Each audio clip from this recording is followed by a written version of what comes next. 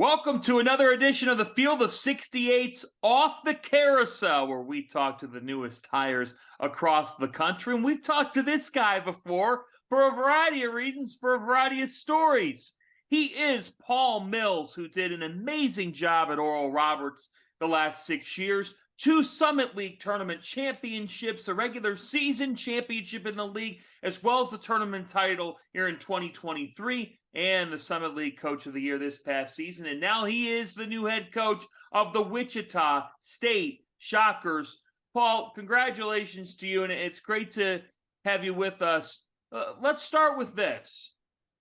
When everything's coming together for you to eventually become the head coach of the Shockers, as you're going through that process, why did it say to you, you know what, this can be my new home? John, thanks for having me on. You guys do phenomenal work. Big fan of you and Rob, and Jeff is okay. But you do phenomenal work promoting the college basketball game, especially during the winter months when it kind of gets overshadowed by football. But thank you guys. Wichita State, when I was at ORU, we did not have college football. So I would often use examples of teams that have gone to the Final Four who don't have college football. Everybody's familiar with Gonzaga, but there's VCU, there's Loyola Chicago, and there's Wichita State. And Wichita State is 2013 was when they were in the Final Four. So just a decade ago. So there is Kansas does not have pro basketball. Oscar Robertson is no longer in the state of Kansas playing in the NBA, but it's a basketball crazy state. Whether you support the Jayhawks or whether you support the Wildcats, people support the Shockers. So I can remember being at the Battle for Atlantis in the Bahamas in 2017 with Baylor, and there was Michigan State and Louisville. I was there with Baylor, and Wichita State by far had the largest contingent of fans. And I know how much they support. They've been to a Final Four. They've done it consistently winning over the past decade, top 15 in the country. And in this new era, I mean, recruiting has changed in the past 2 years. With the portal and NIL, you do have to be able to position yourself in order to climb the ladder in college basketball, and all of those things from the support of the fans to the conference alignment to the long, rich history and great fan support made it a very attractive situation. We'll talk about what to me is just a fascinating life journey, and I myself being a guy who's rooted in faith. I appreciate everything that you've done throughout your life. And I always think, and I get this sense from you, you're always in a certain position, a certain place for a reason. Yeah. How would you define the 6 years at Oral Roberts? Amazing. I mean, it was really fun. I mean, you walk into a team that had won 6 Division I games, and I had talked to Kelvin Sampson at Houston, who had kind of started, and Kelvin didn't have a good first year. I talked to Larry Brown at SMU, and I was kind of amazed at how quickly they turned those situations into enviable situations for the rest of us who were in college basketball. And Coach Brown mentioned that you're not going to get fired after year one. And so I just said, you know what? I hope that's true. And I'm just going to go ahead and I'm going to save these scholarships, and I'm just going to go ahead and get kicked in the head. And I did. I can remember we lost by 42 points to Oklahoma State. And Bill Self, who was the coach at Oral Roberts before he left to go to Tulsa, texted me and said, "Man, when I first was the coach at ORU and we played Oklahoma State, only lost by 41." And so there was this encouragement, and at the same time there was this expectation that man, we're going to try to establish a culture and we're going to save the scholarships and we want to make sure we get the right people in here. So at the end of year one, we won 11 games. And that next year we brought in 9 new players. You're not going to win with 9 new players. But by the time those guys became juniors, they had been in the program for 3 years and we were winning. We went to the Sweet 16 and they were able to grow through this entire process. We always knew by year three we were winning. Year four we were winning championships, and then year five and year six, I mean, we were able to add pieces, and then this past year win 30 games and kind of establish ourselves. But we understood the bar that we had to rise to, and every single year we got better. But I wouldn't tell you that it was just this grand master plan as much as it was, man, let's just invest in where we currently are and we'll watch how these results play out over time. And I mean, the people at ORU are incredible. There's a long, rich history there, and they were extremely supportive. And it helps, obviously, when you have a three-time AP All-American and Max Abmas your last 3 years. You're gonna win quite a few games. But there was a contingency that we were able to establish a core group in year two that kind of propelled us forward during my tenure. As Max Abmas, two-time Summit League Player of the Year, transfers to Texas, you still had the opportunity to coach him throughout 4 years. Yeah. What's one of your favorite stories, and what are the Longhorns and the Austin community getting? Yeah, one, his last name is spelled Abmas, and so I'm calling him Max Abmas for the longest 2 months, and it was, there's some German roots there, and he didn't correct me for 2 months and said it's Ace, like the card, and it's Acemas, and I was just like, bro, like we waited 2 months until you actually correct me. And he just wanted to do the work. He just showed up every day. He was behind some guy after his freshman year named Anthony Edwards. I think he's the first pick in the NBA draft or something, in regards to making threes as a freshman. And I remember that second year we said, Max, your future in basketball isn't going to be as a catch and shoot guy as well as you can shoot. It's got to be as a point guard, and we have to make this transition. And we were going through COVID at that time. So we were sending him workouts via text. And that dude, when he came back, had put in the time and put in the work. And it was kind of amazing kind of to watch it. And I remember being about 5 games into conference and leaning over to the staff and just saying, he's the best point guard in this league, right? And they said, he has been all year, Coach Mills. And it Yeah. was just these moments where you realize just how good he actually is, and led the country in scoring, and then had so many opportunities to do so many other things, whether it be professional, whether it be, switch and go to a different school in the era of NIL. And he was always about the work. So that's exactly what the people in Austin are getting. One, he wanted to get back closer to home, given his final year. Two, I do think that the Big 12 is obviously a really good conference, and wanted to prove himself at the Big 12 level. But you're just getting an incredible guy who's going to do the work day in and day out. And I'm telling you, he will figure it out. Again, he's a 3.92 biomedical chemistry major, and he's going to figure it out because he wants to. And just a tremendous young man who is going to represent people the right way. I remember the Philadelphia 76ers calling me after a workout one time, and they said, we're going to end up working for him. And I said, yeah, I think a lot of us are. But he's just an incredible kid, and lucky to have the opportunity to be around him for those 4 years. And part of a Sweet 16 run in 2021. New head coach at Wichita State now, Paul Mills, is with us here on Off the Carousel. All right, I'm going to test you here. Yeah. When I say the words, don't get caught. Watching the paint dry.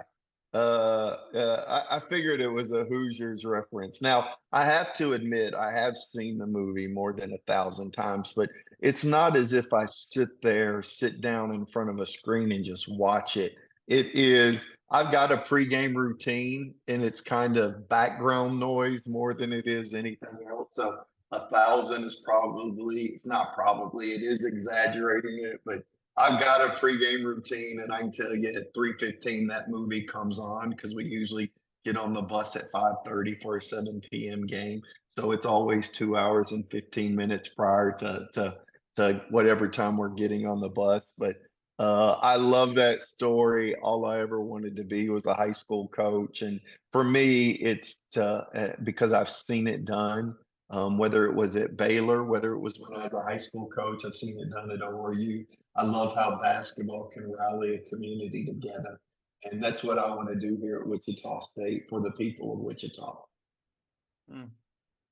My dad will religiously just blurt out, "My team's on the floor.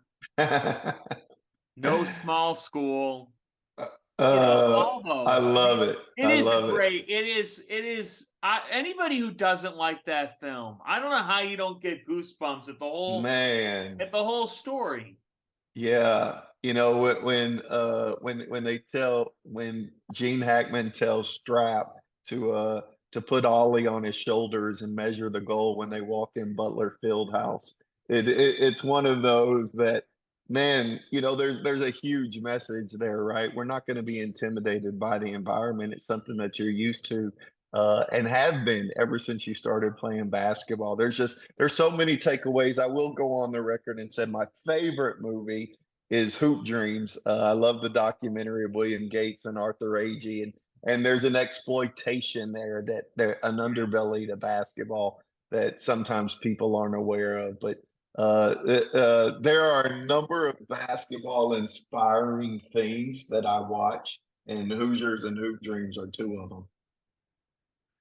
So I think people, if they haven't heard yet, the first timers hearing this will be amazed at hearing the idea that you get a job out of school. You graduate from Texas A&M with a bachelor's degree in finance, and you're a bond analyst with a Texas bank, and you're Yeah. moonlighting as a high school coach in the Houston area at North Bell Christian Academy.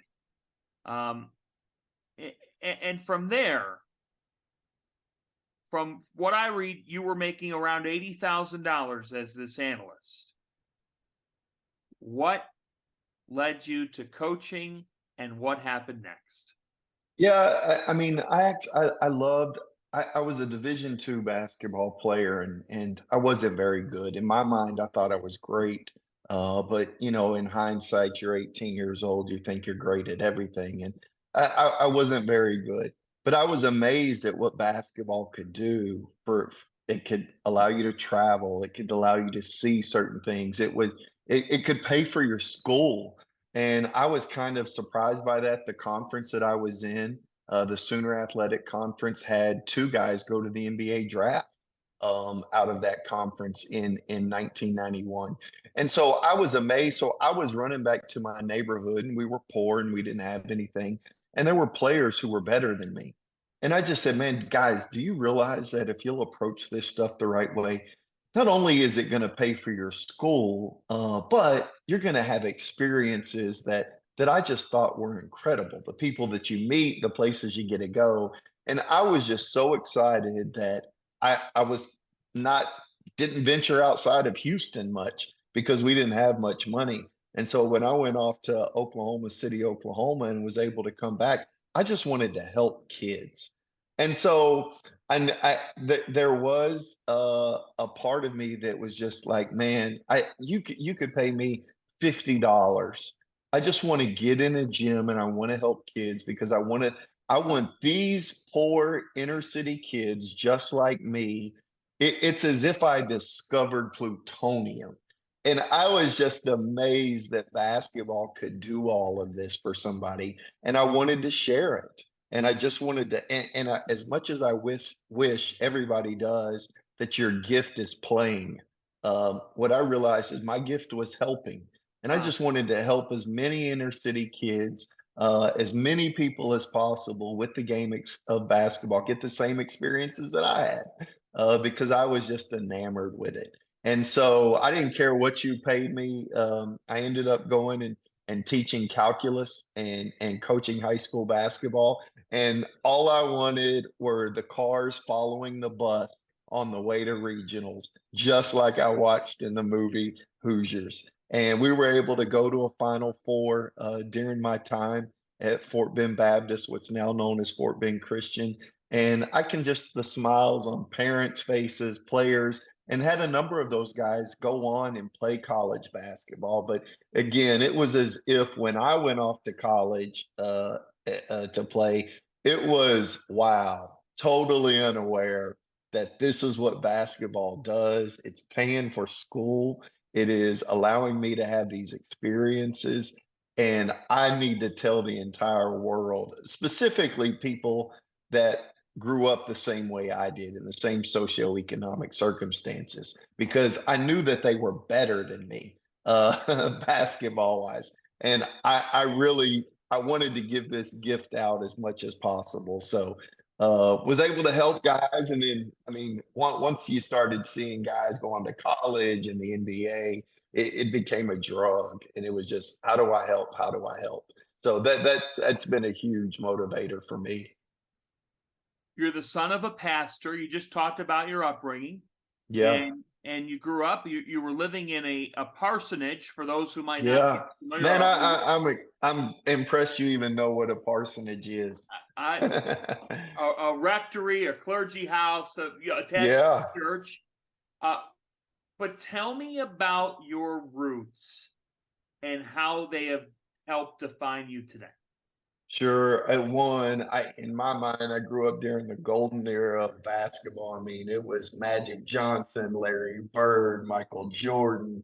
Like they were on TV, and NBC and CBS would televise these games, and your whole day was structured around this. So when Michael came on the scene in 1984, I mean, there were shoes. It all of a sudden just became a culture.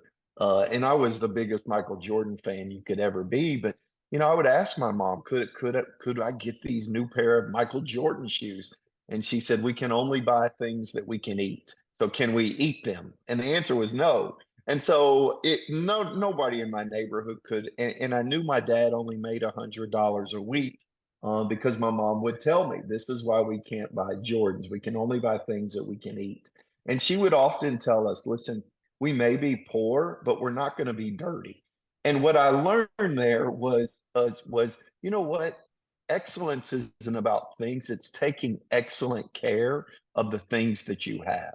Like excellence isn't driving such and such car, having it is, can we be responsible and good stewards with whatever it is that we are blessed to have. And if we're eating and we have a roof over our head, we are blessed. But what I loved about the game of basketball in my neighborhood is that none of us could afford shoulder pads or a helmet or a glove or cleats in order to go play different sports. But we could all run down to the corner with one ball, and 15 of us could get out there and we could play 21, and we could be there from sun up to sundown. And in Europe, and in Africa, you see soccer as a sport of a poor, but in America, it's basketball.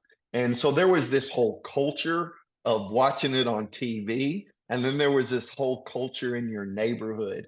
And I just, my dad wasn't going to let me go down the road of trying to find my way out of it, being poor through robbing people or being involved in inappropriate ways. So I had to be halfway decent at sports. And so I just loved it. And again, I wish I was blessed with more ability. Unfortunately, I wasn't. But I saw a number of guys who were, and what I saw was people who did this the right way. I mean, I had a number of teammates in high school who went on to play college basketball. And we would come back and listen to each other's stories and talk about these experiences. And I just realized that there were so many other kids who could have this same experience if they would approach this stuff the right way. Hmm. You talked about the cars that people drive and the Yeah. significance or lack thereof of a vehicle, of what it really is.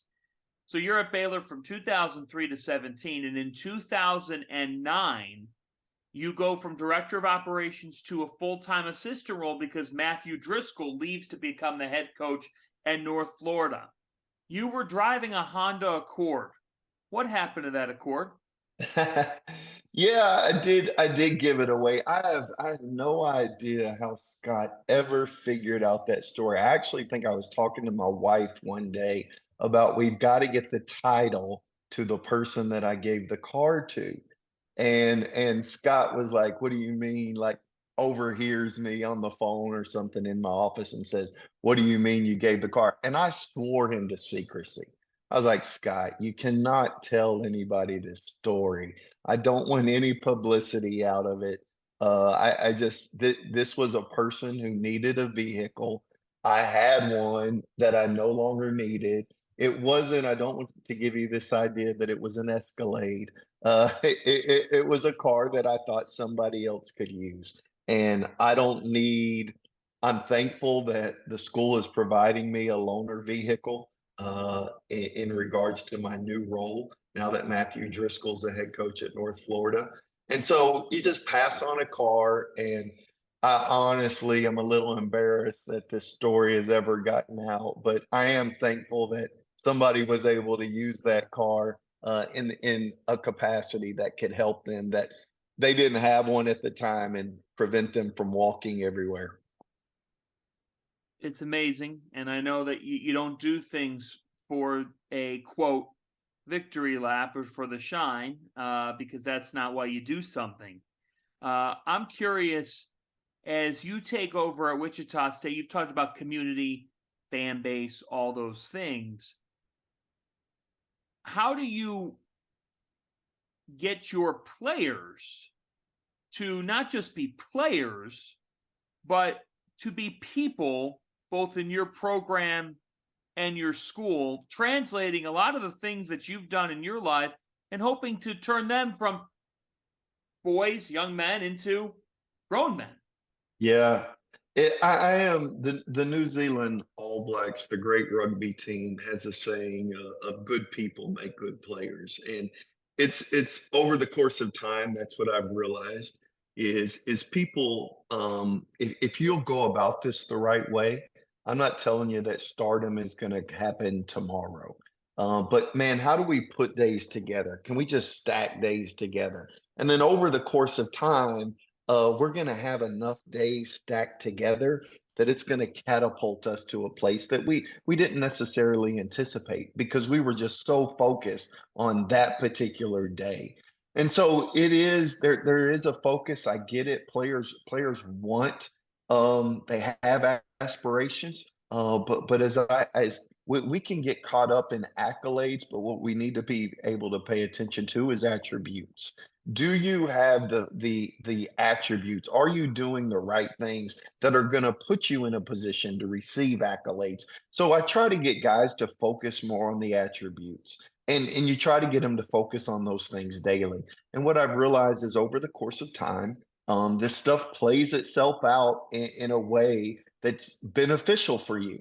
And so the people at Wichita are extremely supportive, but you can get distracted by all this support. It's even unlike Baylor when I was there that the people are they love Shocker basketball. You have to give them something to cheer for. Nobody wants they people want to see representation on the court. So if you are a hardworking person, whatever your day job is, you want to see people who work hard on the court if we're going to go spend money.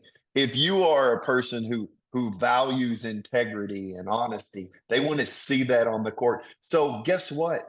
I wouldn't support some people because for those exact reasons. They don't work hard. I don't think they show enough passion in regards to how they approach things. They didn't do their homework. They're not prepared. So all of those things, people want to see representation on the court, especially people where you're from.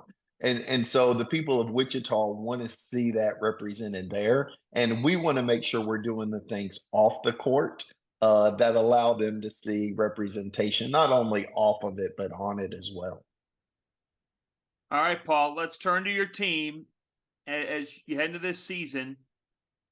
Give us a bit of a breakdown of who you've been able to sign and what the thought process is and how you've gone about constructing this roster.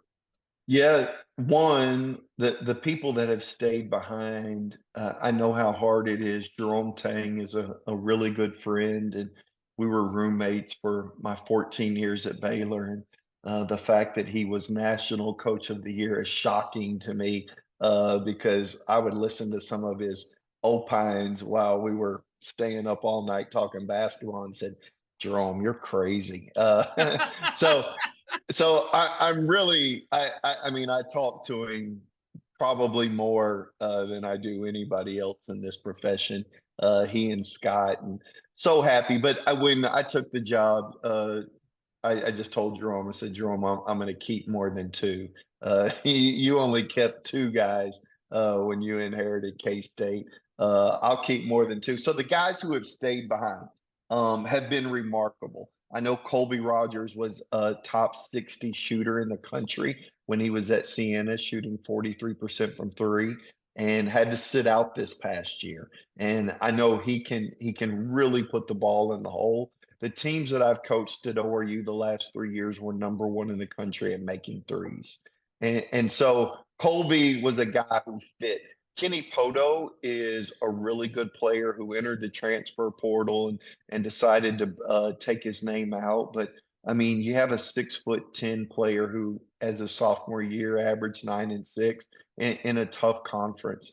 And I think he's going to be remarkable. There are guys that were behind who didn't necessarily contribute, whether it be Xavier, Jalen, Isaac, who I think will be able to this coming year. And then the pieces that we were able to add, Jacob Germany is a 6'11" all conference player out of Conference USA who can really play in space. Harlan Beverly was a top 20 high school player in the country who was on the Final Four team at Miami, and he's just been hurt and didn't get cleared until September of this past year. And when you have Nigel Pack and Wong in your backcourt, there's probably not enough minutes there for you to break through. But I think he's going to have a breakout year, just super high on him.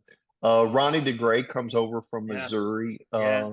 and terrific player who's done it at the SEC level, averaging 8 and 5, and he's going to have a bigger role than what he had in the past. Bijan Cordes is phenomenal. I've seen him win state championships here in Oklahoma, and he's a transfer from OU to have a 48% three-point shooter of that caliber. So there's so many pieces here that you're extremely excited about just moving forward with each of the players that we have. So I think all of that bodes well for our future. You know, I could go on and on. Wichita State fans would love it to hear me Yes, they do would. a roster breakdown. And again, I just think that the pieces that are in place, there's a level of excitement. So when our guys get on campus on June 5th and we get started with workouts, I can tell you that we'll be pretty excited about all that's involved in order to get everybody going. Look, anything, it doesn't just start at the top, it takes a build. Yeah. What's your message to that ever so passionate fan base Yeah. about year one and what they can expect when they take a seat at one of your games? Yeah, one, you're so excited to play for an enthusiastic fan base. Going back to Jerome, when I was talking to a number of schools through this whole process. And he said, Paul, just remember this. You would rather have a fan base that is passionate and cares, good or bad. Yeah. It's better than the people who uh at the end of the day don't even show up and bother. And so I just knew that this situation would be exactly that. You know, I think what's traditionally been the case, and I've been fortunate to coach teams. This past year we were number one in the country at taking care of the basketball. And that's important to me. So they'll see a team that values of basketball. We were fourth in the country in defensive rebounding. So I understand that, yeah, this is how you win games. You have to make people miss, and then can you retrieve the basketball? So trying to be efficient on both ends, and it'll take a little while to go through the pieces. I mean, one of the guys I didn't mention, Quincy Ballard, the transfer from Florida State. I mean, there's so many different lineups that we can play, and with the people that we have. So I'm excited to get in there and see what works, how the pieces are, and we still have some guys that we're going to add. So all of that lends itself to exciting times. And I do think by the time January comes around, as we're entering conference, given our non-conference schedule, that you'll see a team that first is able to win home games because of our passionate fan base. Look, folks, he made NCAA tournaments happen at Oral Roberts. And yes, I know you'll always say you got to have great players too. A Sweet 16 2 years ago, a lot of success with the Eagles. And now he looks to take that with the Shockers. Paul, congratulations. Thanks for being on Field of 68 off the carousel, and best of luck in year one. John, thank you again. Appreciate all the Field of 68 does to promote the game. Our partner for today's episode is Athletic Greens. I started taking AG1 during the college basketball season, and I loved the impact that it had on my energy levels. I'm a big coffee in the morning guy, but by the time that the afternoon would hit, I needed another boost. AG1 helped me tremendously, especially on those days when I didn't want to get up off the couch and go hit the gym. Their tagline is AG1 is comprehensive health and the power of habit in one. And man, that could not be more true. It's nearly impossible to eat and drink in a healthy manner in the month of February and the month of March when you are in my business. And AG1 was exactly the supplement that I needed to improve my gut health and cover my nutritional basis for the day. I've continued that into April. I've continued that into May, and I'm going to continue that the rest of the summer. All I have to do is mix a scoop of AG1 with some water, or maybe add it into a smoothie, and I'm ready to go. Do it after lunch, and you'll be ready to go for the rest of the day. If a comprehensive solution is what you need from your supplement routine, then Athletic Greens is giving you a free 1-year supply of vitamin D and 5 free travel packs with your first purchase. Go to athleticgreens.com/field68. That's Field 68, FIELD, the number 6, the number 8, and you can get yours now. So check it out and help support this show. Thanks.